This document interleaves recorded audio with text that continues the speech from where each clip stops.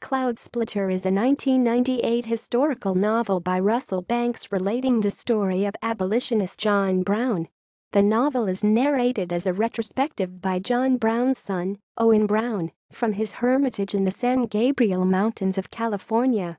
His reminiscences are triggered by the reception of an invitation from a Miss Mayo, assistant to Oswald Garrison Villard, then researching his book John Brown, A Biography 50 Years After, Boston, 1910. Major themes. Banks raises a number of thematic questions during the lengthy portrayal of his subject matter. Notable among them are how emotional attachment and hermetic exile provide for an unreliable narration, the moral consequences of radicalism, violent versus non-violent protest, the fine line between sanity and religious fanaticism. The Lord speaks to me. How strong familial attachment is itself a form of slavery. Loss of innocence. Your actions affect those around you. John Brown with his family and friends. The narrative style employed by Banks is introspective and apologetic, where each character's moral compass is seen as through the microscope of Owen Brown's telling, detailed and larger than life. Banks' prose uses language that registers on the psyche, evoking the conviction that redemption can be gained by an Augustinian confession. And yet the reader is goaded into sympathy with these characters by their sheer persistence in the face of seemingly insurmountable daily travails, evoking the innocence of a newborn country. Literary license. Banks takes great license with some of the historical figures in his narrative and very clearly states in his preface that his book is a work of fiction and not to be substituted for a work of biography or history. Perhaps most significant is the later life of Owen Brown.